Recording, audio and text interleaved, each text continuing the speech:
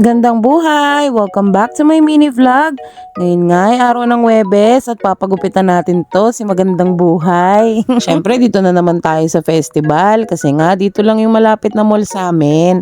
At dito ko talaga pinapagupitan si Tadashi. Sinama ko na nga rin pala yung mukha ko sa video kasi palagi na lang akong wala, 'di ba? Baka lang naman kasi may naghahanap rin naman sa pagmumukha ko. Kasi nga like what the fuck, lagi na lang akong taga-video. Sa mga ignorante dyan, dito to sa Landmark, Cuts for Tots ang pangalan ng barbershop ng mga bata.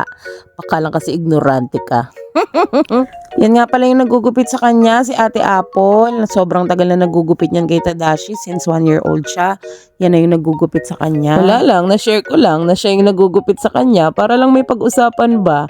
Kasi 'di ba minsan kapag wala kayong napapag-usapan, naboboring ang mga buhay nyo. Chismosa. Sobrang confident kasi talaga dito sa Cuts for Tots. Tignan nyo naman kung saan siya ginugupitan. 'Di ba? Parang naglalaro lang. Pero yun nga, sanay na sanay si Tadashi talaga kay Ate Apple. Actually, nung una umiiyak-iyak pa yan nung 1-year-old siya. Pero ngayon, sa ulo na niya. Pagkatapos nga namin siyang pagupitan, binilihan pa namin siya ng laruan. Ang swerte mo, ha?